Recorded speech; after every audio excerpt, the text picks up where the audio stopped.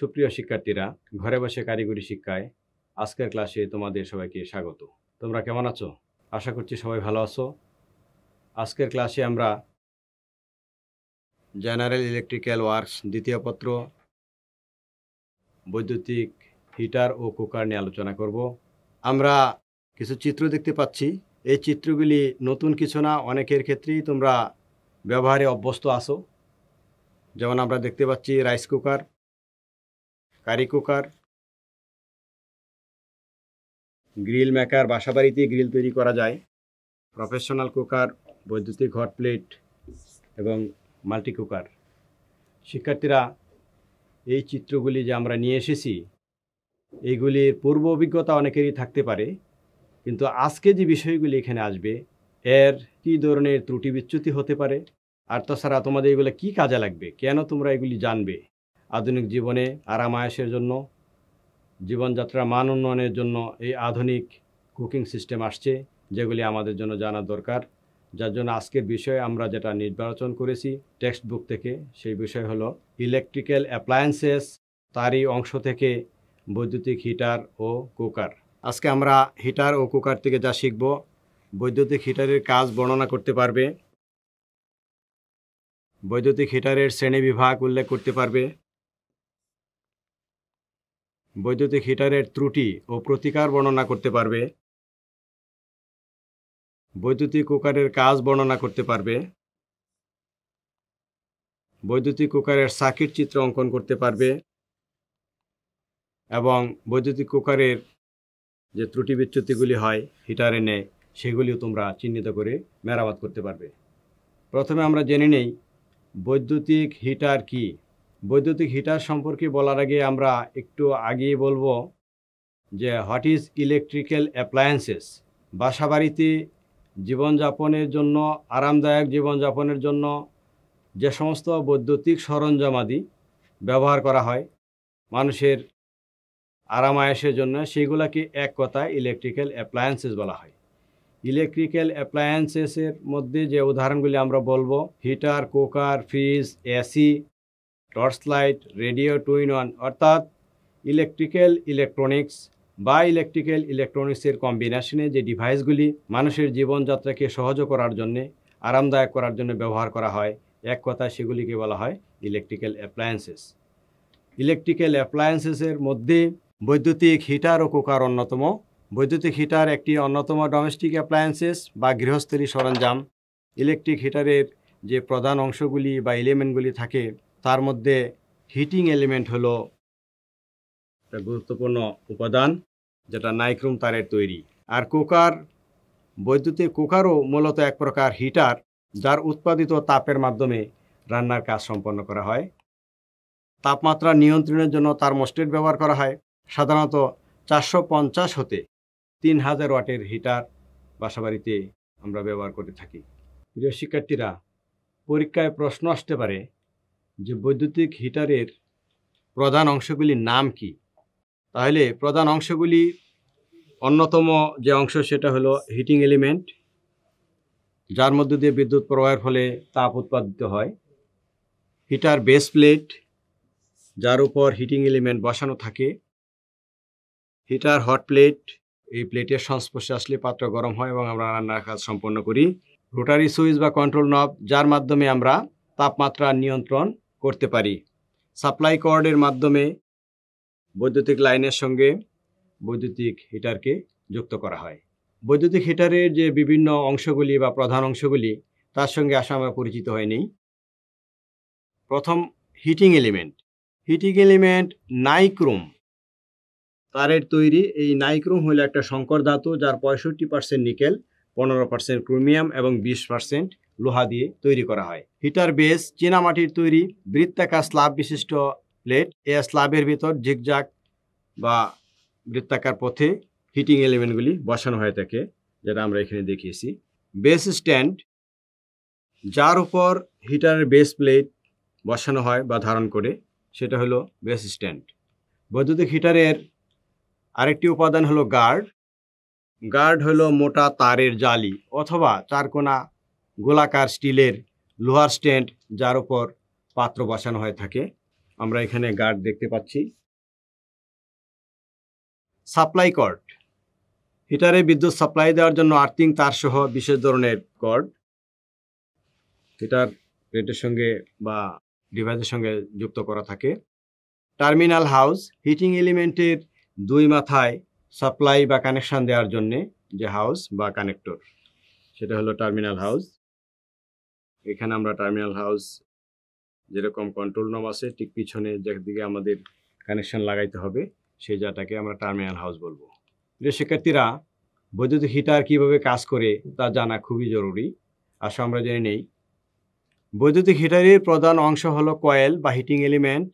Rotary সুইচের মাধ্যমে এই কয়েলকে বৈদ্যুতিক লাইনের সঙ্গে যুক্ত করা হয়। প্রথম আমরা একটা চিত্র দেখিয়েছি যেখানে দুইটা হিটিং এলিমেন্ট দেখতে পাচ্ছ, নিউট্রাল এবং লাইন এই হিটিং এলিমেন্টের সাথে সংযুক্ত করা হয়, ফলে তাপ উৎপাদিত হয় এবং সেই তাপকে কাজে লেগে আমরা রান্নার কাজ করে থাকি।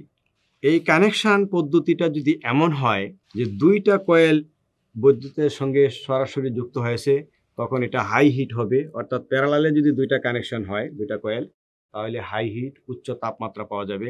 আর ভিতরের কয়েল দুইটা মিডিয়াম তাপমাত্রার জন্যে আমরা ভিতরের কয়েলটাকে যদি শুধু কানেক্ট করি যে বাহিরেরটা জ্বলবে না, শুধু ভিতরেরটা জ্বলবে, তখন মাঝামাঝি পর্যায়ে তাপ পাওয়া যায়।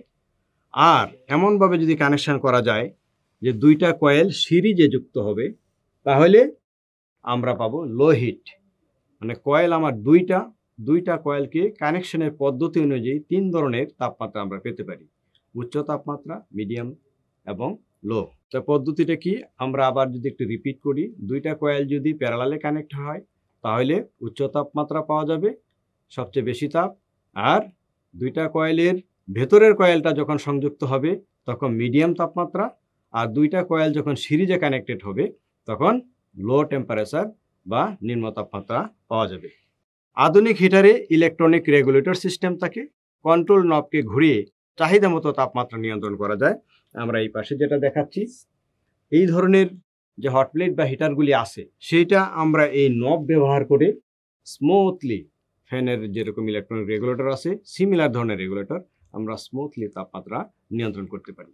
প্রিয় শিক্ষার্থীরা, আমরা একটা শক দেখতে পাচ্ছি। এই শকটি তোমাদের জন্য খুবই গুরুত্বপূর্ণ। এই শক থেকে সামারাইজ ফর্মে বৈদ্যুতিক হিটারে কী কী ত্রুটি হতে পারে বা এই ত্রুটিগুলোর কারণ কি হতে পারে, কিভাবে এই ত্রুটি দূর করা যাবে, তার গাইডলাইন দেওয়া আছে। তোমাদের টেক্সট বুকে বৈদ্যুতিক হিটারে সম্ভাব্য যে সমস্ত ত্রুটি হতে পারে সেগুলি আর একটু ডিটেলস বলা আছে। আমি সংক্ষিপ্ত আকারে এই শকে উপস্থাপন করেছি যেন তোমরা সহজে মনে রাখতে পারো, বা এই সমস্যাগুলি যদি বাস্তবে তোমরা দেখতে পাও তাহলে কী ধরনের পদক্ষেপ নিতে পাবে বা পদক্ষেপ নিতে হবে সমাধান করার জন্যে, তা তোমরা এখান থেকে হেল্প পেতে পারবে। প্রথমে আমরা দেখি, হিটার ঠিক আছে, আমরা লাইন কানেকশন দেওয়ার পরে হিটার এলিমেন্ট গরম হচ্ছে না, তাহলে কি সমস্যা হতে পারে? প্রথম যে কারণ হতে পারে যে হিটিং এলিমেন্ট কোনো কারণে কেটে গেছে বা হিটিং এলিমেন্ট ছিঁড়ে গেছে, অথবা সাপ্লাই কর্ড খারাপ আছে। ইভেন আমরা যে রোটারি সুইচ বা কন্ট্রোল সুইচ যেটা ব্যবহার করি সেই সুইচটাও খারাপ থাকতে পারে। আর এই ব্যবস্থায় তোমরা তার সমাধান কি হবে? যদি হিটিং এলিমেন্ট কেটে যায় তাহলে হিটিং এলিমেন্ট তুমি পাল্টায় দিবে বা রিপেয়ার করা যেতে পারে, পাল্টায় দেওয়াই উত্তম। কর্ড বদলায় দেওয়া যেতে পারে এবং সুইচ আমরা বদলায় দিতে পারি, তাহলে আমাদের হিটিং এলিমেন্ট গরম না হওয়ার যে সমস্যা সেটা সমাধান হয়ে যাবে।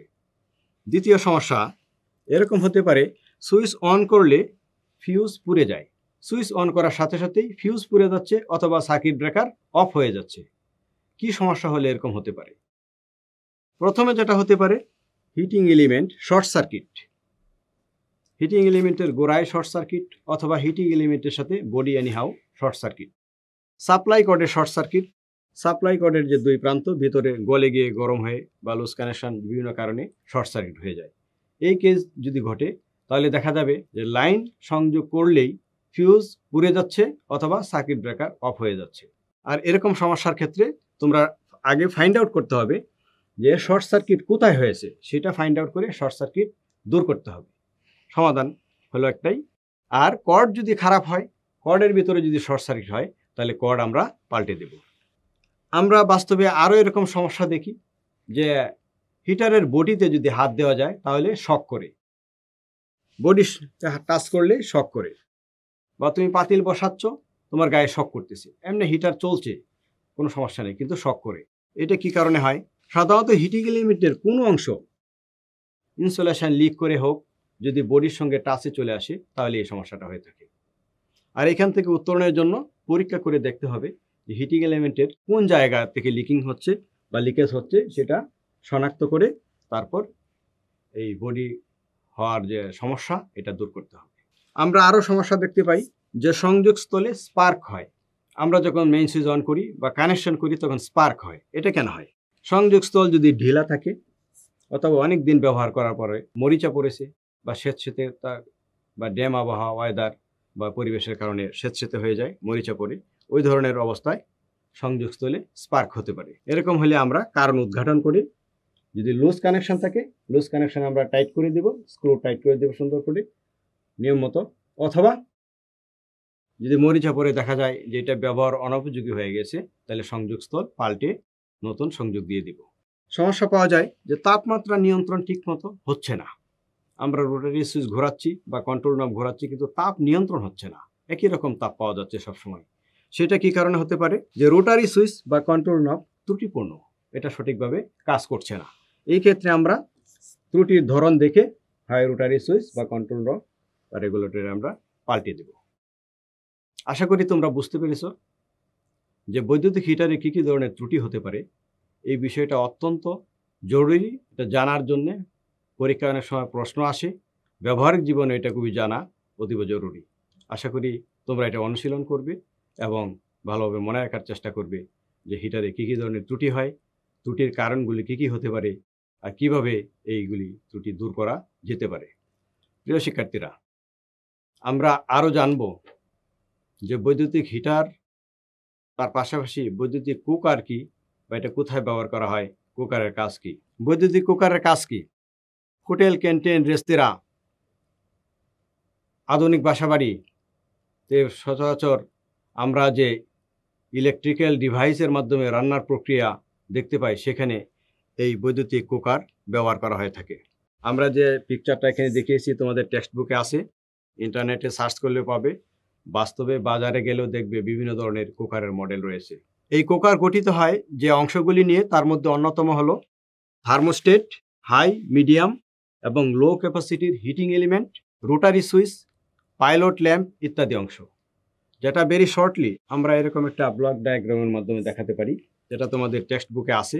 পরীক্ষা যদি আসে যে একটা কুকারের সার্কিট চিত্র অঙ্কন করো, তাহলে তোমরা এটা অঙ্কন করতে পারো। বৈদ্যুতিক কুকারের সার্কিট চিত্র বা সার্কিট চিত্রে আমরা কুকারের সার্কিট চিত্র দেখিয়েছি, অলরেডি বলেছি। তার মধ্যে অন্যতম যে উপাদান সেটা হলো থার্মোস্টেট। এই যে এখানে আমরা থার্মোস্টেটকে চিহ্নিত করলাম। ইন্ডিকেটর বাতি বা পাইলট ল্যাম্প, হিটিং এলিমেন্ট এর অবস্থান, হিটিং এলিমেন্ট এখানে দেখানো হচ্ছে, বিভিন্ন কন্ডিশনে কানেকশন করা আছে, যার মাধ্যমে নিয়ন্ত্রিত তাপমাত্রা ব্যবস্থা করা হয়ে থাকে। আমরা প্রফেশনাল বৈদ্যুতিক প্রেসার কুকার সম্পর্কে জানব। ক্যান্টিন, ফাস্টফুড শপ, হোটেল, রেস্তোরাঁ বিভিন্ন ধরনের নিয়ন্ত্রিত তাপমাত্রা রান্নার জন্য এ ধরনের কুকার ব্যবহৃত হয়। রোটারি সুইচ ও রেগুলেটরের মাধ্যমে তাপমাত্রা নিয়ন্ত্রণ করা যায়। তোমরা যে চিত্রটি দেখতে পাচ্ছ, এটা দেখবা যে বিভিন্ন হোটেল, রেস্তোরাঁ বা বাসা বাড়িতেও ব্যবহার করা যায়। এখানে আমরা টপ সাইডে 6টা হট প্লেট দেখতে পাচ্ছি এবং তার জন্য আলাদা আলাদা কন্ট্রোল রড রয়েছে। একসঙ্গে অনেক বড় ধরনের রান্না করার জন্যে বা বেশি পরিমাণ রান্নার জন্যে আমরা এই ধরনের ব্যবস্থাপনা রান্না করতে পারি। এবং তোমার নিচের দিকে দেখতে পাচ্ছ যে এখানে বেকিং সিস্টেমও করা যায়, বা গরম করার কাজেও মাইক্রোওভেনের যে কাজটা সেটারও এখানে কাজ সেরে নেওয়া যায় একটা ব্যবস্থাপনায়, যেটাকে আমরা বলি প্রফেশনাল কুকার। এটার আরেকটা ভার্সন এখানে দেখতে পাচ্ছ। ভ্যারাইটি মডেল বাজারে রয়েছে, যেটা এরকম ক্লোজ সিস্টেম, ভেতরে আমরা গরম করার কাজে বিভিন্ন সামগ্রী ব্যবহার করতে পারি, আর উপরে 4টা ইউনিট রয়েছে।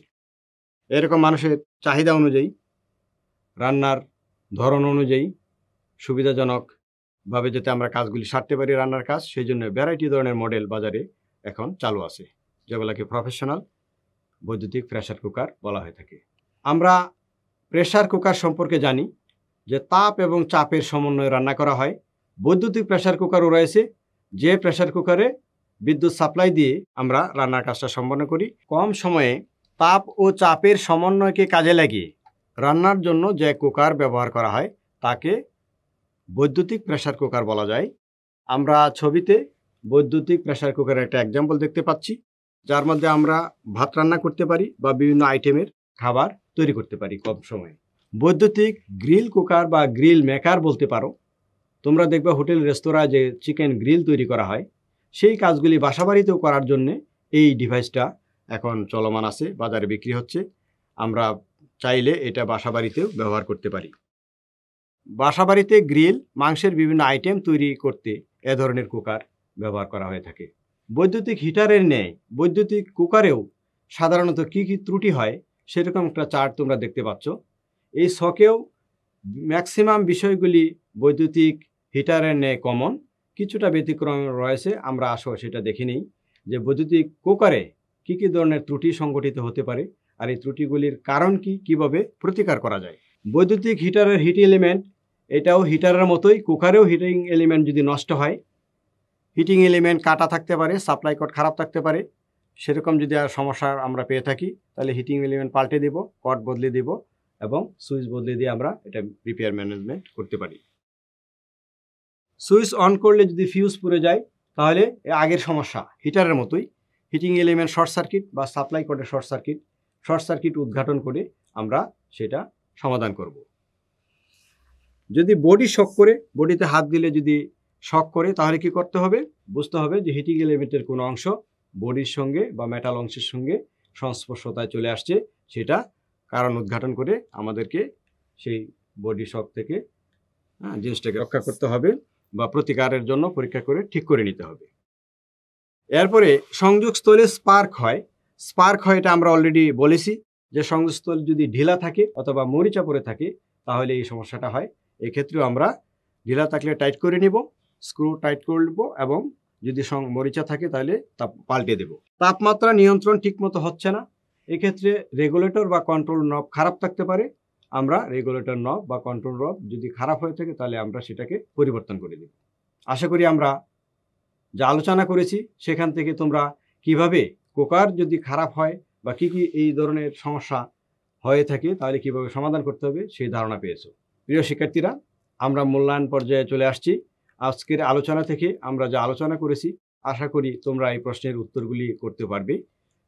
যে বৈদ্যুতিক হিটারের হিটিং এলিমেন্ট কাজ কি, হিটারে ব্যবহৃত হিটিং এলিমেন্ট কিসের তৈরি, বৈদ্যুতিক হিটারের বিভিন্ন অংশের নাম কি, বৈদ্যুতিক কুকারের কাজ কি, বৈদ্যুতিক কুকারের বিভিন্ন অংশের নাম কি, কুকারের তাপমাত্রা নিয়ন্ত্রণে ব্যবহৃত যন্ত্রগুলির নাম লিখো। সচরাচর এ ধরনের প্রশ্ন হয়ে থাকে। এছাড়াও তোমাদের টেক্সট বুকে আরও বিভিন্ন ধরনের প্রশ্ন আছে যেগুলি তোমরা অনুশীলন করবে। আশা করি আজকের ক্লাসটি তোমাদের এই প্রশ্নগুলি সমাধান করতে কাজে লাগবে। প্রিয় শিক্ষার্থীরা, তাহলে আজকের ক্লাসে আমরা যা শিখেছি তা যে বৈদ্যুতিক হিটার কি, হিটারের প্রধান অংশগুলি কি কি, কিভাবে বৈদ্যুতিক হিটার কাজ করে, হিটারে কি কি ধরনের ত্রুটি সংঘটিত হয়, তার কারণ এবং প্রতিকার কি। এরপরে আমরা আরও জেনেছি বৈদ্যুতিক কুকার কি, কুকারের বিভিন্ন অংশ, বিভিন্ন ধরনের কুকার এবং কুকারেও যদি বিভিন্ন ত্রুটি সংঘটিত হয় সেগুলি কিভাবে দূর করতে পারি। এক কথায় ইলেকট্রিক্যাল অ্যাপ্লায়েন্স কি সেটা আমরা জানতে পেরেছি। ইলেকট্রিক্যাল অ্যাপ্লায়েন্স সমূহের মধ্যে বিশেষ করে বৈদ্যুতিক হিটার এবং কুকার সম্পর্কে আজকে আমরা জানতে পেরেছি। আজকের এই ক্লাসের উপর ভিত্তি করে তোমাদের জন্য ছোট্ট একটা বাড়ির কাজ রয়েছে। আসো আমরা দেখে নিই বাড়ির কাজটি কি। চিত্রসহ বৈদ্যুতিক হিটার কিভাবে কাজ করে তা বর্ণনা করো। বৈদ্যুতিক কুকারের বিভিন্ন প্রকার ত্রুটি তার প্রতিকার বর্ণনা করো। এই বাড়ির কাজটি তোমরা সযত্নে সম্পন্ন করে স্বাভাবিক শ্রেণী কার্যক্রম চালু হলে বিষয় সংশ্লিষ্ট শ্রেণী শিক্ষকের কাছে কাজটি জমা দেবে। শ্রেণী শিক্ষক সেটা মূল্যায়ন করে ধারাবাহিক নম্বর হিসেবে উনি নম্বর প্রদান করবেন।